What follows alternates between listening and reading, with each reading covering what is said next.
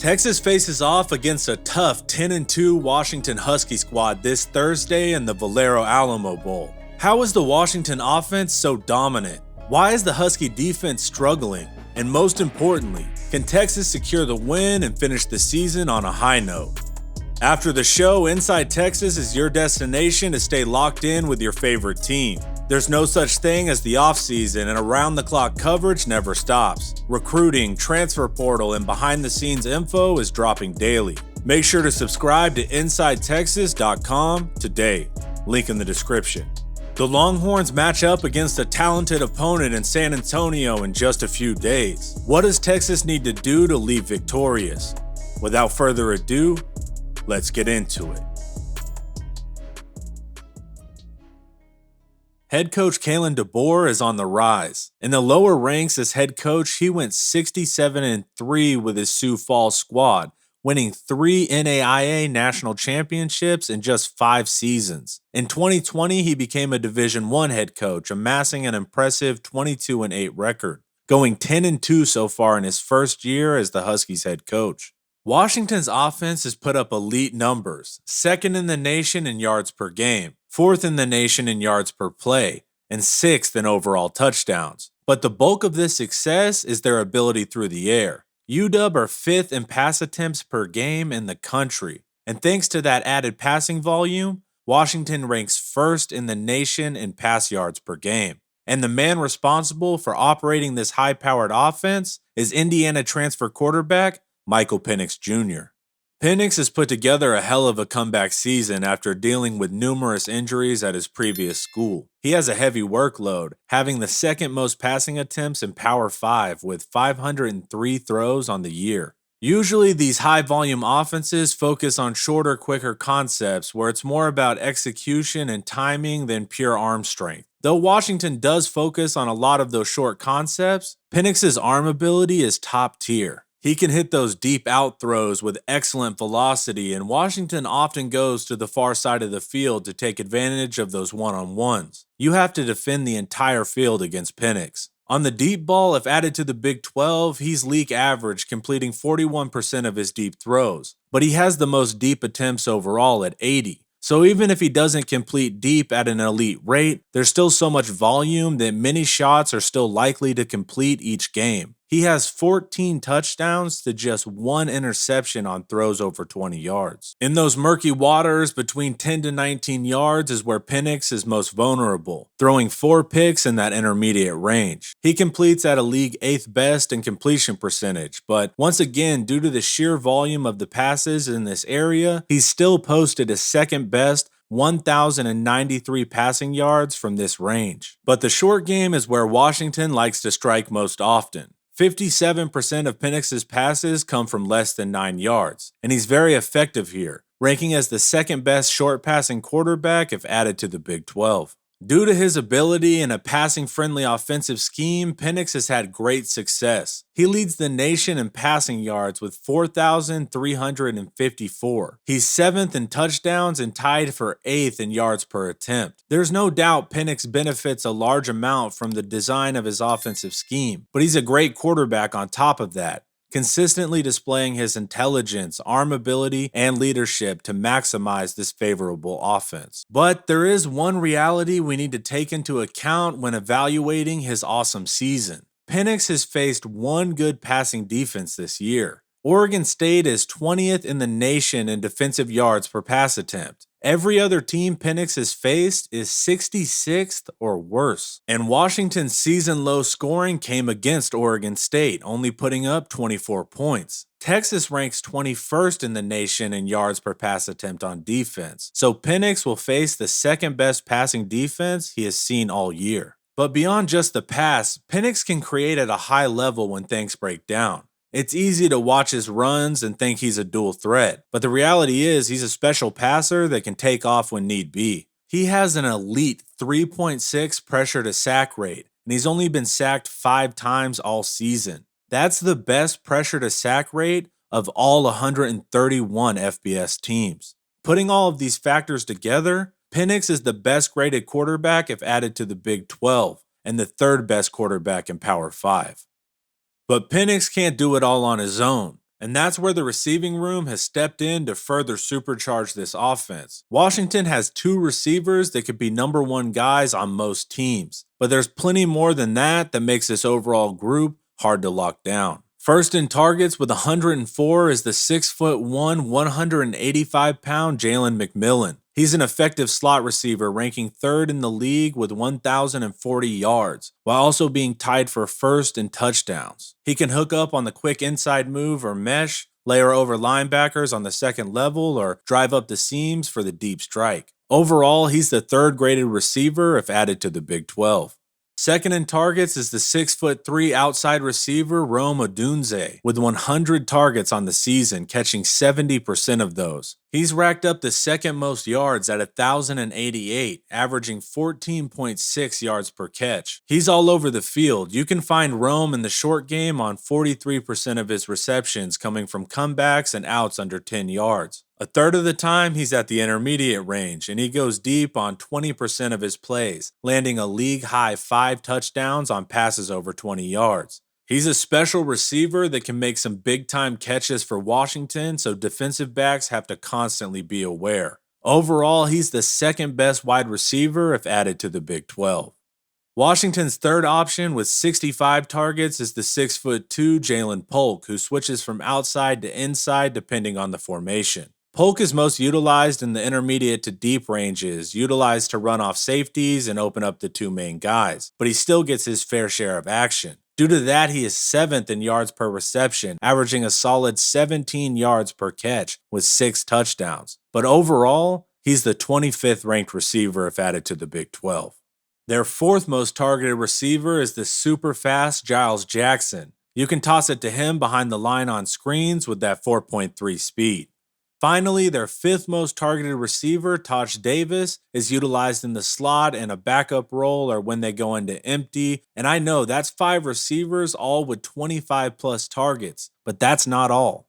The tight ends are also an important part of the aerial attack. 6'3", 245-pound Jack Westover has 40 targets on the year, averaging 11.5 yards per reception. 70% of his targets are under 9 yards, but they can catch you sleeping every now and then. He can be motioned out to the slot or slip out from behind the line. Westover only has 1 touchdown, so he's mostly used to move the chains between the 20s. He's the 8th ranked tight end if added to the Big 12.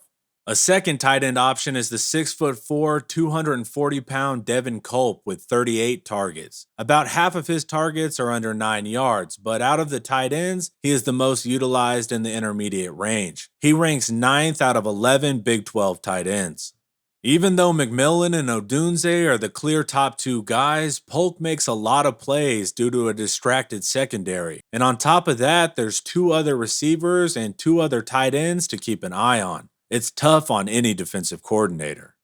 Another major boon to the offense is the elite pass-blocking offensive line. This unit is 2nd in the nation in overall sack rate, allowing Penix to end up on the ground just 1.8% of his dropbacks. On passing down specifically, they rank 1st in the nation. All 5 starters are top 15 if added to the Big 12. Center Corey Luciano is the 3rd-graded pass blocker. Left guard Jackson Kirkland is 5th. Right guard Henry Bainivalu is 12th. Left tackle Troy Fautanu is 13th. And right tackle Roger Rosengarten is 15th. Insane production out of these guys. In run blocking, Washington comes back to earth even though they're still solid. They're 28th in average line yards at 2.86, with a power success rate of 76%, good for 22nd in the nation. The weakness of the offensive line is running on standard downs, though, ranking 58th in the country for standard down line yards. The group still performs at a high level individually once again, with 4 of the 5 starters in the top 15. Right tackle Roger Rosengarten is 6th. Left guard Jackson Kirkland is 7th. Left tackle Troy Fautanu is 9th. And center Corey Luciano is 12th.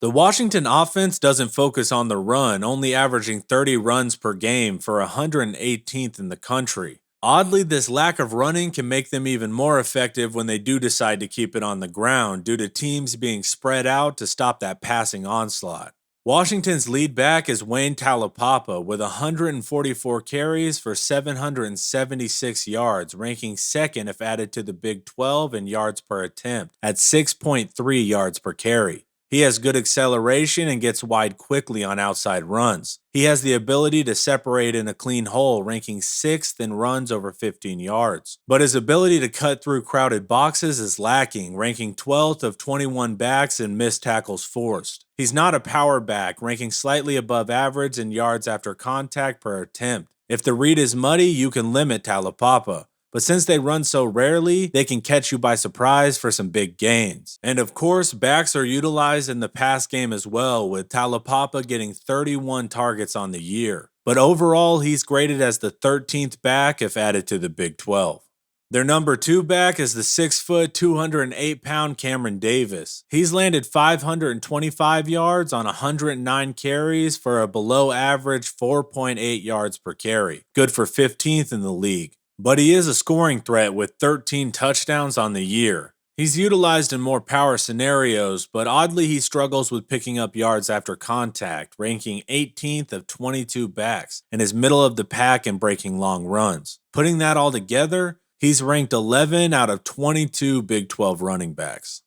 Overall, this is a dangerous Washington offense. The scheme is effective, focused heavily on the pass. Penix has operated that scheme at a high level with the arm talent to fully utilize it. Washington has 2 top receivers in Odunze and McMillan, with a 3rd reliable option in Polk. And on top of that, the offensive line is top 3 in the country in pass blocking. Their run game is also pretty good, but that's not the main reason for their success this season. The key for the Texas defense is to limit the pass and frustrate Penix. Penix hasn't faced a lot of quality secondaries, and Texas is 21st in the nation for defensive pass yards per play. But on the flip side, Texas also hasn't faced a passing offense this effective either. Washington likes to force defenses into man so Penix can make the pre-snap read and get it out quickly. So our corners will be tested early and often. Texas has struggled, especially early in the season with over-the-middle passing, but that has improved throughout the year. Due to Penix Jr.'s success, he's likely to put the ball in play even with the defender near. Texas has to bait him with safeties over the top, and the rare times Penix does make a mistake, you have to secure the turnover. While Texas is a top 25 team in passing yards per attempt on defense, we still allow a ton of passing success between the 20s, ranking 82nd in the nation in pass yards per game. Washington loves to move it up the field with simple concepts, and Texas tends to concede that.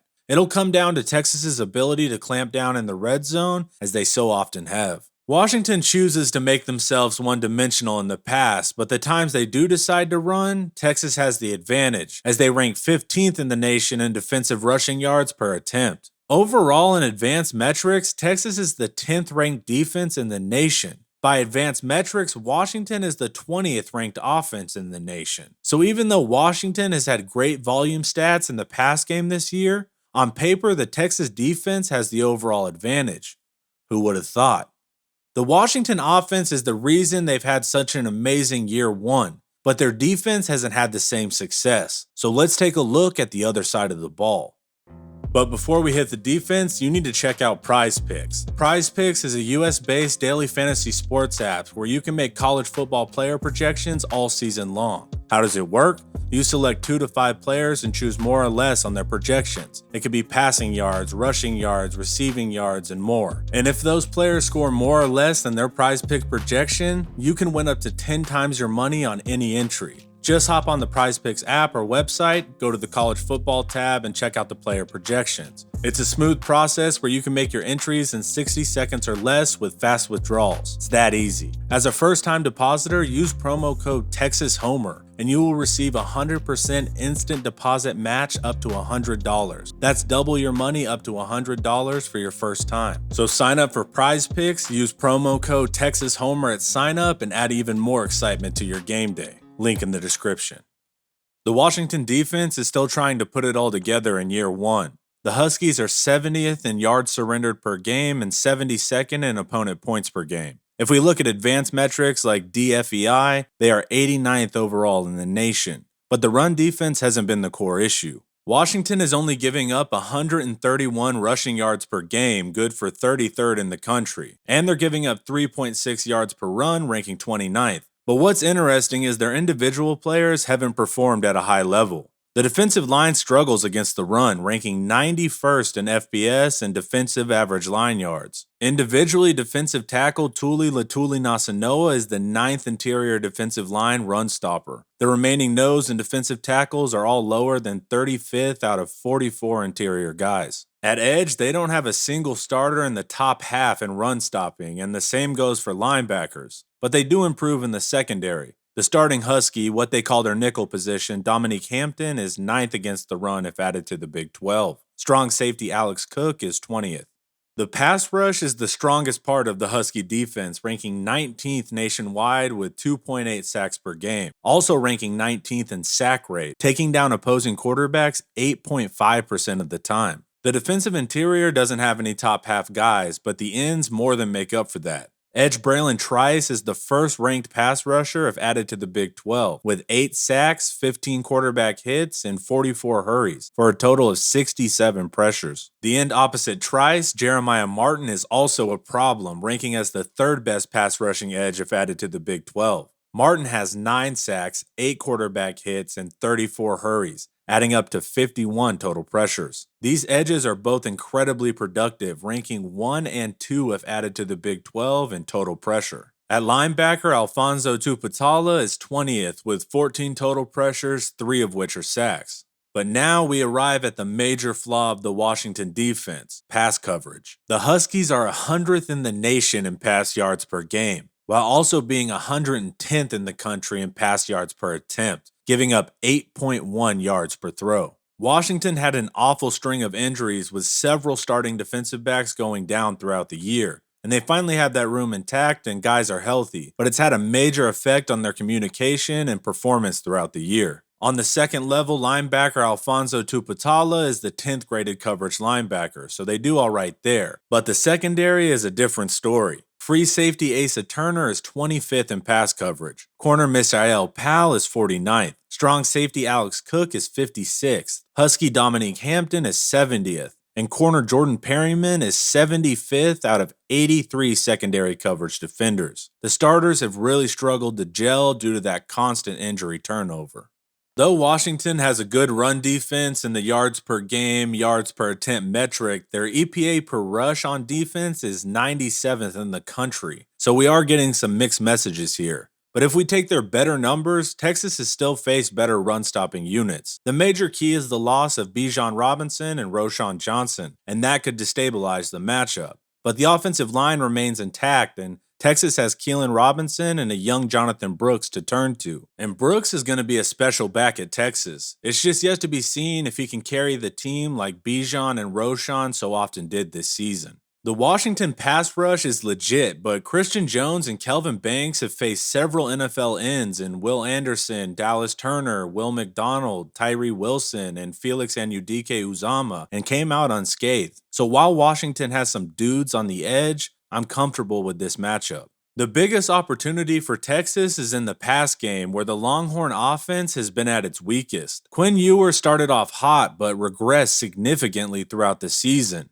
He's had a month to work on mechanics, while Sark has made an effort to improve the passing game. Most people believe the key matchup is the Washington pass game versus our secondary. But if our secondary does their job and shuts them down, we still have to score enough points to win. So to me, the story of the game will be written by Quinn Ewers. If he can take that next step in his young career, Texas's chances of beating a good Washington team increases significantly. Can we hit the deep ball? Are the receivers and Quinn on the same page consistently? Can we make contested catches? If the answers to those questions are yes, then Texas is officially a multi-dimensional offense to be respected. This is a fun matchup, an awesome Texas defense versus a red-hot Washington offense, an inconsistent Texas offense versus a low-performing Washington defense. So if Texas handles business on defense, can the offense put up enough points through the air to challenge a limping Washington secondary? We'll find out this Thursday night when the Longhorns head to San Antonio. Thanks for hanging out. Watch some more of my videos here. And don't forget to like, subscribe, and share if you want to support quality Texas content. As always, hook 'em.